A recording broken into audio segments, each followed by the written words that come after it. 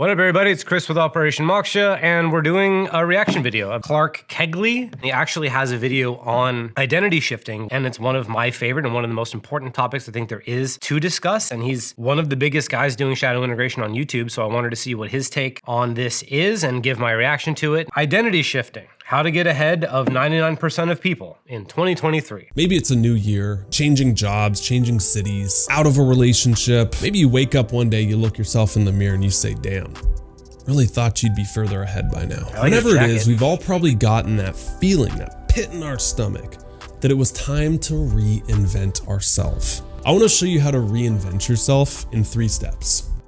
3 steps. That's pretty good. I was watching the movie Gravity the other day, you know, where Sandra Bullock's in space. And there's a scene towards the end where she has a fire extinguisher and she's out there in space and she's spraying it because she has no other way to get to her destination. Pretty intense. What's scary about that is that you probably know that in space, unless something hits you, once you're on a trajectory, you're gone forever. There's no turning back. You will just keep floating and floating and floating further and further and further away into the dark abyss. That's because there's the principle of momentum. And if you remember, an object in motion stays in motion unless acted upon by an outside force. Your life works much. I got excited for a second because I thought it was going to be talking about the Hermetic laws, but then you just went into physics. Got excited. Still good though. Much in the same way. Most people, if you look at how they're operating through life, they're sort of sleepwalking through it. They don't really stop and pause and say, wait, did I actually choose this life or was it chosen for me? See, if you really want to change your life, reinvent yourself, what that's really saying is I want to change the momentum. I want to change the direction so I'm not just floating mindlessly through space. I want to metaphorically take my own fire extinguisher and just give it a little nudge, like a little, sometimes that's all it takes to nudge you in a different direction. So I have a question, and there's no judgment here. But if you really— This is interesting because I've actually used a very similar metaphor to talk about shadow integration. I've looked at it as like a rocket ship where you have all these different rocket thrusters pushing you in all these different directions, except most people have all their different personalities, like pushing them in opposite directions. So they're like spinning in circles and doing all kinds of stupid shit.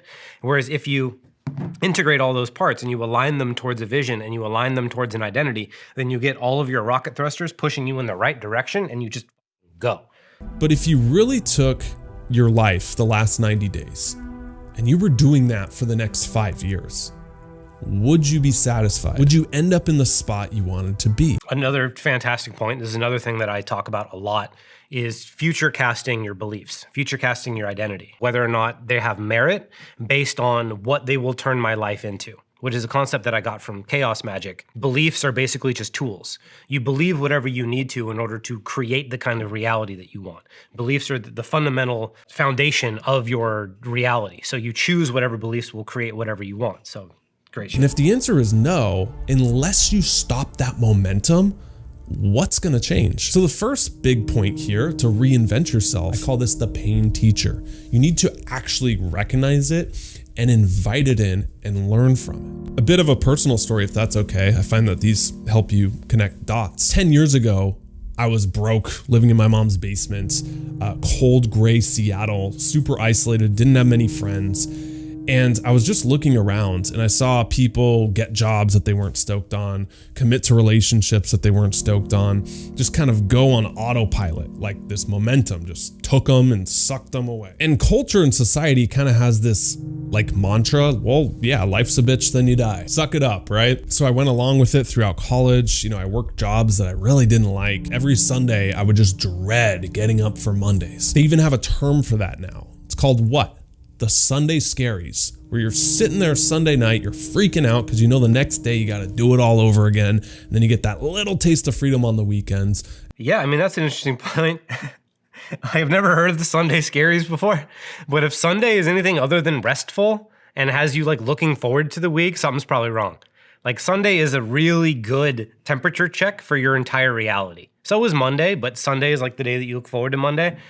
And the way you feel about Monday is pretty much the way you feel about your entire life, because that's how you're gonna spend 5 fucking days and you get 2 days. And if you're spending 2 days to recover from 80% of your life, something's fucking wrong. Something's just wrong. And let's be honest, most people party so they can't even enjoy it because they're so exhausted, or you have so many chores to do, or so much of life just happens in those 2 days, because that's for you. That's when you can really live, because the other 5 days of a week, you're so drained by doing things you don't want to do, by working with people you don't choose, by getting up and commuting to a job that paying the bills, but like, if you're honest, you wouldn't work. I was there too. Most people try to numb themselves from the pain because it's painful. Drink a lot, they party a lot, they just zone out, they watch TV because it puts them in a hypnotic trance-like state, or social media, their screen time's probably like 10 hours a day, right? But yeah, if you are distracting yourself, the number one question is, what am I distracting myself from? Because it's like, fuck, dude. Like, if you have to distract yourself from your own life, like, Jesus Christ. Like, so if you are constantly on social media or doing God knows whatever else, ask yourself what it is you're really trying to avoid, because the last thing you want in your entire life is to make it to the end of it and being like, fuck, I avoided everything meaningful. And it's like, great, I know everything about Lord of the Rings, but I have no idea who I am. My family doesn't know who the fuck I am. Great, terrible. Don't do that. There too, but the first way to change your life is to not numb yourself, is to become conscious of the pain and become aware of it. And so when I really paused and took an inventory, I was like, this is another really important point, because there are two different kinds of pain to choose from. There's the pain from facing your fears, and there's the pain from avoiding it. The pain from facing your fears is quick. It's like ripping a Band-Aid off, and then you get the benefits. However, the pain from avoiding your fears is a dull ache that grows over time, and it grows so much that you don't even notice it growing until you're like 50 or 60, and you're like, fuck, I've avoided everything meaningful and important to me. And by then it's too late, and the pain is too big, and you've carried it around for so long that it's too heavy, and it just becomes this unmanageable thing. So the pain of facing your fears and facing shit now, it is a little bit more intense in the short term, but way, way better in the long term. So just get comfortable facing your shit now when you're choosing to, so that you don't have to face it later on when you're forced to. Huge, huge point. this is what I don't want right now. I'm experiencing. Like, let me not run away from this feeling. Let me channel this. Let me like tune into the pain teacher and what this is trying to teach me. Yeah, and another good thing to talk about there is that like it's like stubbing your toe, where if you ever stub your toe and you're like, that hurts, and you put all of your attention directly on the pain and breathe into it, it passes within like 2 or 3 breaths. Whereas if it hurts and you stub your toe and you're like, oh, no, and you're like fighting it and being all dumb about it, then it seems to hurt more for longer. And so it's just like, just put your attention on the fear, on the pain, on whatever it is, breathe directly into it, and it passes so much quicker. So if you're dissatisfied right now, that's a good thing, because you can learn important lessons that, if you don't forget, are some of the strongest motivation. In the same way that if you're walking on a hot pavement, the pain is telling you to go find some shade, go put on some shoes, or you're gonna burn yourself. Negative emotions are a call to action. That's all they are. If you have a headache, that is a sign that you should drink water. If you have a pain in your chest, sometimes that's a sign that you are sick. In the same way, physical negative pain translates to, hey, fix something. It's a warning sign. It's like a gauge on your dashboard that flashes and says, pull over, check your engine. I think your mental, your emotional pain that you're experiencing on a day-to-day, the negative feelings, are just another gauge on your dashboard flashing, hey, check something, change the momentum, dude. Because until you do, until you become aware of it, it's just gonna continue. You're gonna wake up every Sunday night with the Sunday scaries, and you're just gonna go, and the momentum's just gonna carry you further and further, floating in. I want to make a distinction here, because what he's saying is right and good. However, the phrasing of saying that all of your emotional pain is a call to action can be a little misleading, because that can lead people to think that all they have to do is something externally, when that may not be the case, right? Like, you may have childhood trauma that has nothing to do with what's happening in your outside world. It is purely based on what happened to you in the past, and it's coloring your perspective now. So there may not be anything externally to do about that, which is why I teach about the distinction between internal needs and external needs. Sometimes it's external needs, like I've talked about in the past, like I needed to set boundaries as a way to stop creating anger for me. However, that wasn't enough, because you also have to go in and face the pain underneath of the anger in order to get the thing to really shift. So, and I don't necessarily think this is what he's saying. However, it's an important distinction, because I know people will hear those words and they'll think, okay, I just have to go do something. And it's like, yeah, maybe you do have to go do something, but that's at best only half of what needs to get done, because there's also the internal needs. And if those don't get met, the perspective never shifts, and then the full integration never happens. It's just going to carry you further and further, floating in space with the fire extinguisher into the dark abyss. Okay. So now that you have what you don't want, you're ready to start tapping into the fun part. Step number 2 is to start creating this 2.0 vision of yourself. The pleasure, who you are in 5 years if everything goes right. So this is interesting. This is very similar to my framework, except backwards. I teach to create the vision first. If you start facing the pain without having a vision, then it's just like, wow, this fucking sucks. And there's no context for it. There's no reason for it. There's nothing pushing you forward. You're just like, oh, wow, I'm in a lot of pain. Great. Like, what do I do now? And that's kind of it. So I recommend building the vision first so that you have something to orient yourself towards. You're like, I'm not just facing this pain because I'm facing the pain. It's like, no, I'm facing the pain because there's this other person I can be on the other side of it. And I know that if I face this shit, I can integrate it and become more of that person. And when it starts to get real, when it starts to get scary, I can remind myself that that's where I'm going, that's who I really am, that's what this is in service of, and then carry myself on. So I wouldn't personally recommend getting in touch with your pain before you've created a compelling context for it. It's not that it's bad or anything, it's just gonna make it a hell of a lot easier. And once you start processing and releasing all that pain, you feed it directly into the vision. And so your vision starts to fill up all the space that gets created by releasing the emotions. You release all the emotions and you fill it with all the positive feelings associated with your vision and your identity and where you wanna go. And it's an immediate transfer. So the framework is very, very similar, except he's putting this piece in front of where I would put it. You know, like I want the vision first, so you have a context, you know where you're going, and then face the pain in service of that. This is what we call designing a dream character.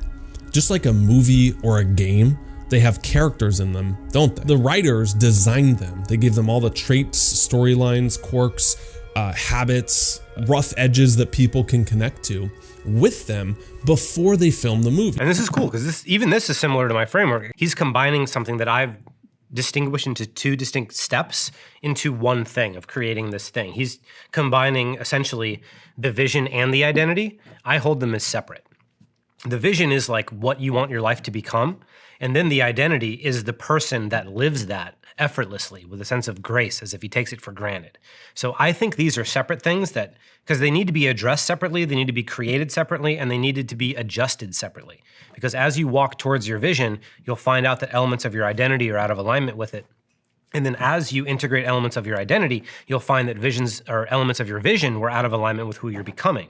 So as you step into your identity, your vision has to get adjusted, or as you get closer to your vision, your identity has to get adjusted. And so they're separate things that require separate attention. So I distinguish them, but there's not too much danger in combining them. I just think you can get more value and more growth and more precision out of distinguishing them. You need to do this for yourself. What this does is it allows you to tap into one of the strongest emotions out there. You know what that is? Excitement. Real excitement. Like the reason people are in a different mood all of December because Christmas is building up. They're excited. They're looking forward to something. The reason people turn it around when they're in a job and they got 2 weeks of vacation coming up and they like are in a good mood is because they're excited about something. The reason that when you fall in love and that's all you think about is that person because it's new, you're so excited about them. So if you really want to change your life, get really excited about this new character, this new version of you. Telling someone to get excited about something doesn't really work. Instead, it's more about choosing your vision and your identity from a place that is already very excited, from a place of aliveness, as Carl Jung puts it. Like the quote that I use for this is, if you follow that which is alive in you, it will lead you to God, even if it doesn't seem like it. And so this is distinct and important because this aliveness is the shit that you can't really choose, right? You can't choose who you love. You can't choose what you're passionate about. You can't choose a lot of the most important elements of your personality. They're just in there. So when it comes to picking something that you're really excited about, you have to tune into what you're already excited about rather than crafting a vision and attempting to get excited about it. Because if you craft your vision without doing some kind of introspection first, your vision could be based on all kinds of things. What your parents told you to want, what your religion tells you to want, your culture, boyfriend, girlfriend, whatever the friend circle. It can be influenced by all these different things. When you tune in and find a real sense of aliveness in yourself, those are the things that are not influenced by anything other than your own kind of existential blueprint and who you really are at your core. Now, something else that's worth talking about is there's a ton of people that don't even know what they want and are afraid to know what they want. So if when you're crafting your vision, you might sit down to figure out like, okay, what's this thing I can get excited about? And your mind goes blank, or you start to get anxious, or you get tired, or something else happens. It's not your fault for not being able to get excited. It just means that at some point in your past, having something to get excited about occurred to you as a threat. And so at that point, the question is like, why can't I know what I want? What would be so scary about knowing what I want? Because when you know what you want, you might have to get it. And then if you go get it, then people might not like it or you might fail. So there's a ton of reasons to not know what you want. And if you can't find that real sense of aliveness, just ask yourself why, deal with that, and then you'll be able to get into it. I have a whole course on it if you want to learn more.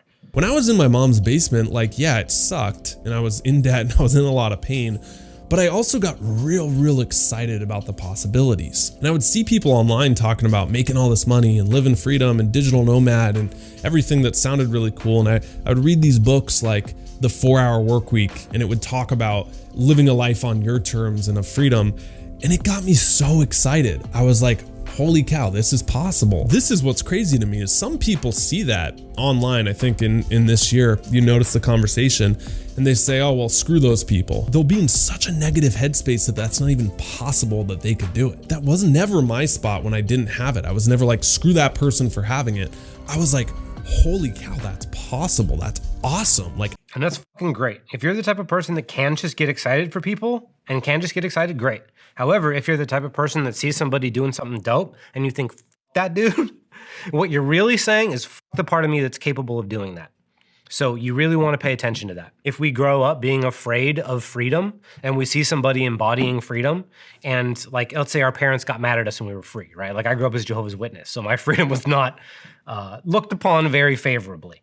So there was times when I would see people being free and it would remind me of how I needed to keep my freedom down, so I'd want to keep them down. So if you're looking out and you see somebody doing dope shit that you might want to do and you think, fuck that dude, know you're talking about yourself, figure out what part you're talking about, build a better relationship with yourself, stop being a hater, go do dope shit. Like, you made 30 grand in a month? I'm making like maybe 2. How did you do that? Teach me your ways. So a sub point here is when you start seeing people further ahead on this path of you, never compare, never get like down on yourself. That's an example of how you can channel excitement right there in that moment. You can't just never get down on yourself. Good luck. Instead, if you are the type of person who does get down on yourself, ask yourself why. Why do I get down on myself? What do I get out of this? What does it help me avoid? What's the purpose? To fuel you instead of being crushed by it. 3 areas that you might want to take in this vision of you: work, rest, and play. Work. What do you want your job to look like? How do you want to make your money? How much money do you want? One thing here, set an aspirational hourly wage. When I was 1.0 Clark in Seattle, I set an hourly wage for $1,000 an hour. I was like, that is the craziest, like $1,000. Just on a personal note, I don't like attributing my work to an hour. I don't like attributing my lifestyle, the amount of money I make, to an hour. I think it's a bad frame. Instead, I look at the lifestyle that I want to live, how much it's going to cost in order for me to do what I really need to do. I look at that, and then I think about what energy and work output is going to give me that kind of life. If I look at it hourly, it makes each hour unnecessarily significant. Whereas if I look at the bigger picture and think, this is the lifestyle I want to live, what do I need to do in order to earn that lifestyle? It creates so much more space and allows me to fill my days up however I need to, as long as I'm doing what it's going to take to get me to that lifestyle. $1,000 in 1 hour work, that's crazy. That's an example of an aspirational hourly wage. I was making probably $10 an hour. Rest goals, these are things that you want to be. What do you want your body to look like? How do you want your relationships to look like? What is your lifestyle like as this 2.0 you? And your play goals, these are adventure. Again, I set the goal. I wouldn't consider working out as rest. It's interesting that he put your body goals as rest, considering what it takes to achieve your body goals is the opposite of rest. I mean, rest is an important element of it, but you also got to work your fucking ass off. So I'm not sure why he put that in rest. I would continue that in work, since I consider going to the gym as part of my work. If I don't go to the gym regularly, I'm not at my best and therefore can't be there for my clients, don't have the energy to put out content. So I consider going to the gym as part of work. For me, rest is things that just purely refill me, right? Like they require very little effort, or if they do require effort, it's the kind of effort that's so engaging and so fun that I feel better as a result of doing it, which I guess working out could be that. However, it also requires discipline. And so for me, rest is things like reading a good book, watching a good movie, hanging out with really good friends, and just doing something that's just purely going to fill me back up so that I can rest and recover to get back to work. I never really traveled much. I wanted to go overseas to Southeast Asia. I wanted to backpack around. I wanted to see the world, like the 4-hour work week was telling me. And it was only in setting that goal that I was able to tap into the excitement of that energy and like flash forward and see myself doing it and be like, oh, that looks like fun. Okay. And then it motivated me to take the actions and do it. And the last step of this, revisit this every single morning and every single evening. Put it somewhere where you can see this. This is something that I teach. I do this every single morning, every single night. I imagine the life I'm trying to create. I imagine the version of myself that lives that life, right? The vision and the identity. I imagine both. But what I'm also doing is holding space for all the parts of my personality that are out of alignment with it. Where if I say, this is who I want to be, this is the life I want to live, any part of me that says you can't have that, shouldn't have that, don't deserve that, blah, blah, blah, blah, blah. I'm envisioning this stuff partially so that I can anchor into my subconscious that this is who I am, but also so that I can intentionally bring up all the parts of me that are out of alignment with them so that I can do my integration work. Like holding on to the vision and the identity is amazing, but you have to understand that a good chunk of your identity, for some of us, is not going to be in alignment with that. And so this process will bring that shit up, and that's at least part of the process. Based on the way he's talking now, this could be something he's developed, I don't know. But it sounds like he's had a relatively easy time going for things in his life, and not all of us do. And so if he's able to just get excited for people, great. If he's excited to just like get a thing and go for it, great. Not a lot of us are. So when you imagine your vision and your identity, it's possible that more than 50, 60% of you is out of alignment with it. And so what needs to be done is as you're imagining it, all those parts of you that are out of alignment need to be brought into alignment using the integrative process. You can see this like dream character of yourself. Look at your goals every single day. When I did this for the first time, I believe it was in Napoleon Hill's Think and Grow Rich that I got it out of. It said, set an ideal target number for yourself and look at that thing every morning and every night. In fact, post it right above your bed where you can sit up there and look at it. So I did. I set a goal of I want to make $10,000 in self-generated income by the end of this year, which is crazy for me. I was literally a janitor in college. I worked like 3 jobs at once. And I was just listening to these books on audio. And so I did. I cut out this little extra wallpaper brick that I had on my wall to try and make it look fancy. And I wrote, by the end of this year, I will make $10,000 of self-generated income. Again, had no clue how that was going to happen. And so I started a podcast, time of my life. But what was And this is dope because shit like this is actually really helpful and important. You may have heard that story about Jim Carrey. He carried around $1 million check in his wallet with him for a really long time, well before he made a whole shitload of money. And then so when he finally got that, he pulled out the check and he was like, exactly right. This is what I knew was going to happen.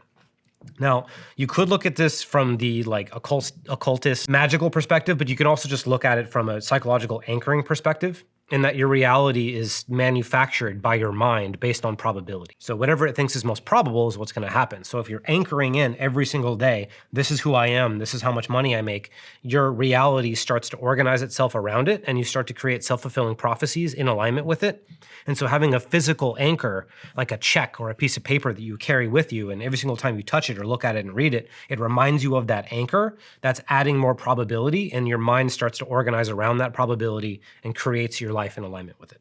But what was really crazy to me is at the end of the year, it's time to do taxes, the most fun time of year, right? And I'm adding up all the invoices. I'm like, okay, how much did I make? Wasn't 11, wasn't 9. I made over $10,000 of self-generated income by the end of the year. That's when my jaw hit the floor and I'm like, holy crap, there's something to this designing that dream version of yourself and seeing it every day and working towards it. I started doing exactly what I'm telling you. Design the 2.0 you, write out exactly how you'd think, feel, and act, and see it every day. I'm not even kidding. Conservatively, I'd say 60% of everything I put in that vision in college, in my little dorm room when I had nothing, has come true. Not instantly, not without. I craft detailed visions for every single area of my life, and then I integrate whatever gets in the way. And then as I do that, my vision just starts to kind of materialize in front of me. Like, again, I could explain that in the magic way, I could explain that in the psychological way, but I think both are happening. So yeah, this is great. If you figure out exactly what it is you want, but again, the thing that's missing that makes it sound like he doesn't have a whole lot of resistance to just go out and creating things is that he's not talking about internal blocks to doing those things, which a lot of us are going to have, which is going to make following this advice difficult for a good amount of people. Like if this was me a few years ago, I wouldn't be able to follow any of this advice because I would have so much resistance to doing the things that he'd said that it would just be something that I knew was true and right, but that I was incapable of doing. So if you're in that frame, know that there may be a bit of internal work necessary in order for you to even get your mind online to be able to follow these steps. Not without work, but it came true. Everything from touring internationally in a professional band, which is just freaking crazy, like opening for some of the biggest names, playing to 30,000 people when I didn't even have a band. Being here in a hot environment in Arizona with a dog and a relationship on a golf course instead of like cold, gray, gloomy Seattle. 1 million YouTube subscribers. Again, I'm not bragging. I'm just like inspiring you that when you inspire yourself and you revisit it every day, this stuff is crazy and it works. That's what I did in college. And something else that I want to add in here that is even more important than excitement is gratitude. Because gratitude puts you in the frame of already having the thing. Like excitement is fantastic, and it's a subtle distinction, but it's a really powerful one, right? Like excitement gets you excited for something that's about to happen, which feeds the frame that you don't already have it, which depending on your level of resistance, self-fulfilling prophecies, identities, all that sorts of stuff could cause problems. Whereas gratitude puts you in the frame of already having the thing and already being grateful that you have it. And so when we're creating probabilities, we want to anchor into the probability that we already have it, not the probability that it's on its way. Whereas no matter what self-fulfilling prophecies you have, if you use gratitude, gratitude will rewrite those self-fulfilling prophecies if you let it and start creating ones that are more in alignment with having things in the here and now. It evolved since then. We have this, it's called the Manifesto. This is something we ship out to every single one of our metamorphic clients. And our whole program is on that. It's like helping you identify this 2.0 you, but also like shift into it and totally transform your subconscious mind in 10 weeks. Pretty cool. No pressure, but if you're interested in that, and that's one thing I would have loved on this, right? Because it's like, I don't know this guy's first video I've ever watched of him, but when people have sent me his videos, they've talked about him as like YouTube's best shadow integration guy, or like the most well-known.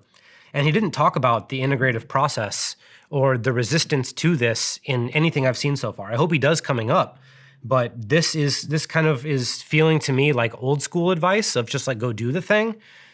Whereas the new school advice is acknowledging the fact that not everybody can just go do the thing and trying to find a way to help the people that can't go do the thing get access to go do the thing.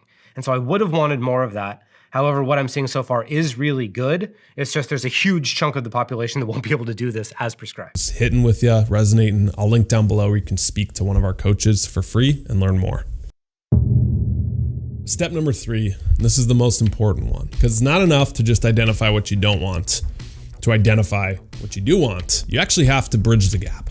Let me tell you a quick study, because I think this sums up this point. Okay, Dub. So I may have spoken too soon. It's looking like this bridge the gap thing is going to be what I was looking for. So awesome. Wonderfully. It was 2001, and there was a group of around 250 people in the UK. They were all trying to get fit, get their six-pack abs back. It was beach season around the corner. I hear there's some great beaches in London. So the researchers split these people into 3 groups. Group number 1 didn't do anything. They're just going to say, hey, track how much you work out. Group number 2. What they did to this group is they said, track how much you work out, but also here's some like motivation on why you should work out, on the benefits of improving your heart health, on improved immune system, and like all the other health benefits. They gave them a motivational talk. Now this is where it gets cool, because the third group, they did the same raw motivation, told them to track everything, but they also did one more important step. They said, hey, write a specific time and place that you're gonna work out. By the end of the study, groups 1 and 2, 35% of them worked out at least 1 time a week. But the third group, who had a specific time and place action plan of how they were gonna make it happen, had a 91% completion rate on one workout a week or more. It's easy for us to listen to the YouTube videos. It's easy for us to read the self-help books. It's easy for us to go to the motivational events and get really inspired. But unless you have like a specific action plan of how, I hate to say it, but that study shows that it's in one ear out the other. So back to you. What is your plan? How are you going to act to bring... Okay, no. He didn't do the thing I was hoping he would do. Which again, good information. Specificity is essential. Like when I do coaching for shadow integration, specificity is everything.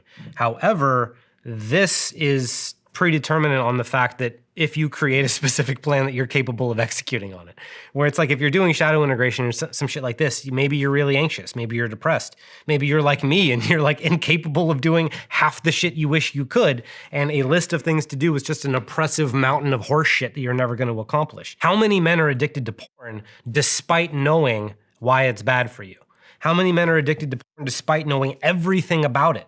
How many people are addicted to social media despite knowing everything? So it's like knowing what you should be doing and knowing what you could be doing and creating specific goals doesn't necessarily matter if you are getting needs met from these other things, right? And so this is good information if you are the type of person that is capable of acting on these things.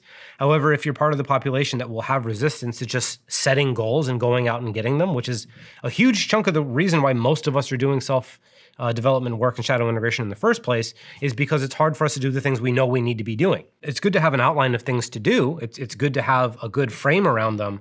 However, this is, like I said before, is only going to work for a portion of the population, whereas if people have resistance to these things, trauma, God knows whatever else, this is going to be cool information that just isn't all that helpful to them. To bridge the gap every single day. We're talking about identity shifting here, and this is super powerful because it's not enough to just design this 2.0 version of you.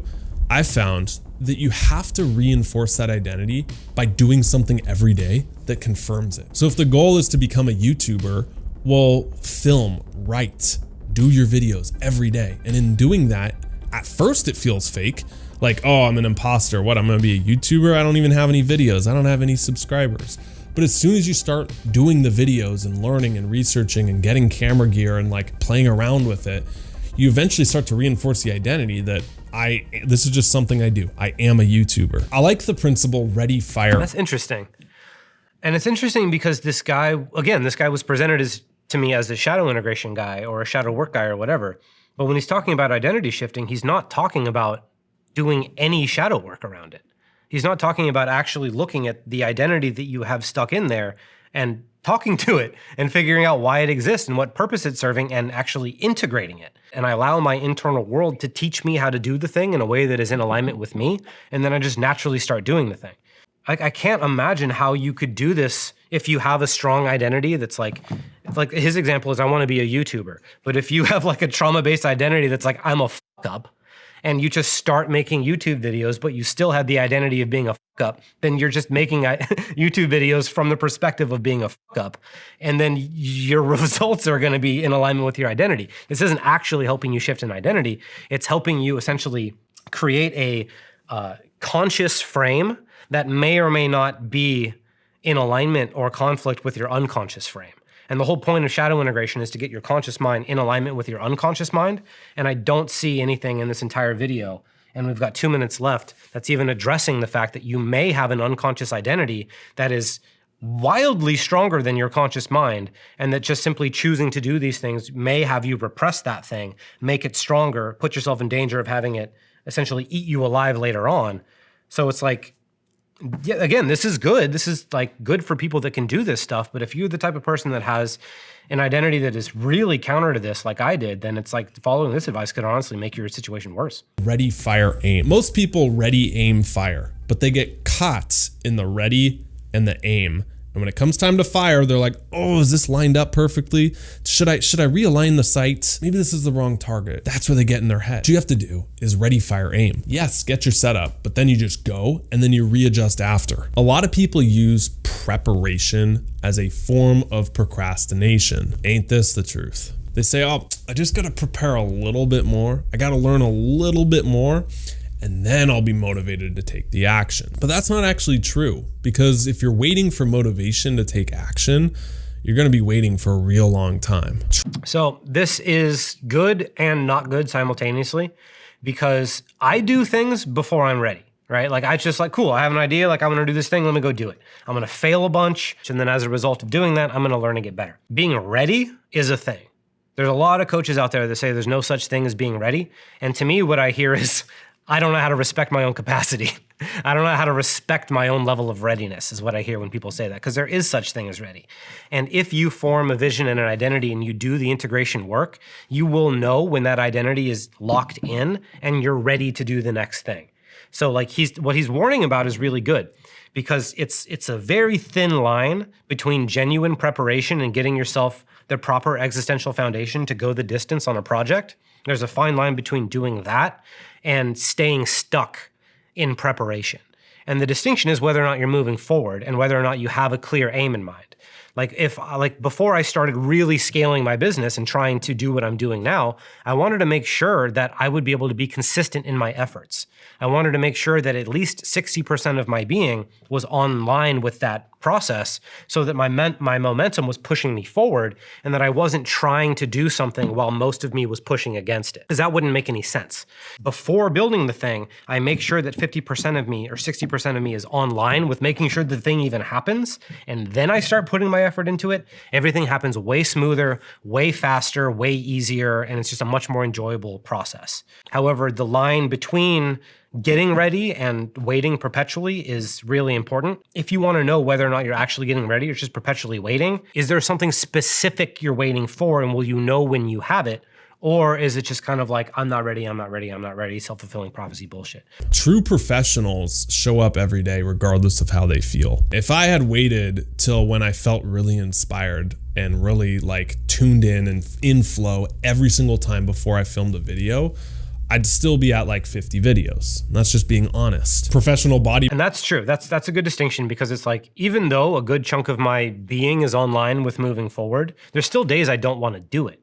But because most of me does want to do it, the little part of me that doesn't is easy to face, easy to work through, easy to do whatever I need to do in order to get there. Like, honestly, I'm tired today. Diablo 4 just came out. I'd rather be at home playing Diablo. However, I really wanted to get this information out because the life that this can give me and the impact that I can make is more important than playing Diablo for a few more hours.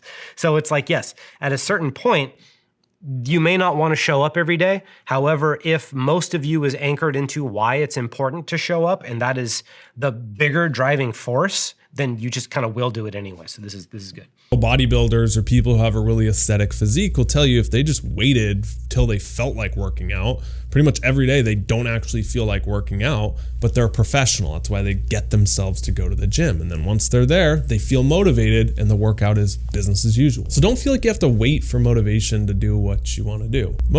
And this is an interesting thing, because motivation shows up in different ways. Like it's one thing to be motivated to do the minutia, but it's another thing to be motivated by what doing the minutia will give you, like the end goal. And that's what motivates me every day. Even if I'm tired, even if I'm sick, even if I don't want to do the thing that's immediately in front of me, and I'm not motivated to do the minute bullshit that I want to do, I think about like, okay, well, what life do I get as a result of doing those things?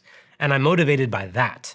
So that's why the big meta vision will give you motivation for the days when you don't have it for the minutia. If you create the vision from the right place inside yourself and really anchor yourself into it, that can carry over on the days when you don't want to do the little shit. Motivation's sort of a myth in that way. And I find that a lot of the motivation comes from actually taking that first step.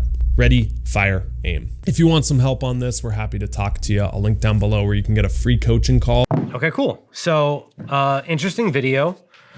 He didn't talk about the shadow at all, which again, maybe people sending me this have misappropriated him as the shadow integration guy, because he didn't mention it at all. He didn't even mention any kind of internal resistance or the fact that you may have to integrate or address anything that might not be on board with these things, which is strange to me. However, the information is really good and lines up with my framework fairly well, except for certain things being in a different order than I put them. However, it's really cool to know that like this is out there, and he's got a shitload of views. So I'm hoping that this is actually helping most people. I would have added some stuff about addressing the actual shadow and how to integrate an identity that is out of alignment with the shit that you're wanting to create, because that's the problems that I find most common, is that people have identities that are out of alignment with what they're trying to create. So maybe even creating the goal itself is hard. Or once you create the goal, getting specific on what that looks like, that might stress you out. And then once you have that, once you have the exact goal, that might just become this scary, oppressive thing that you have to run away from.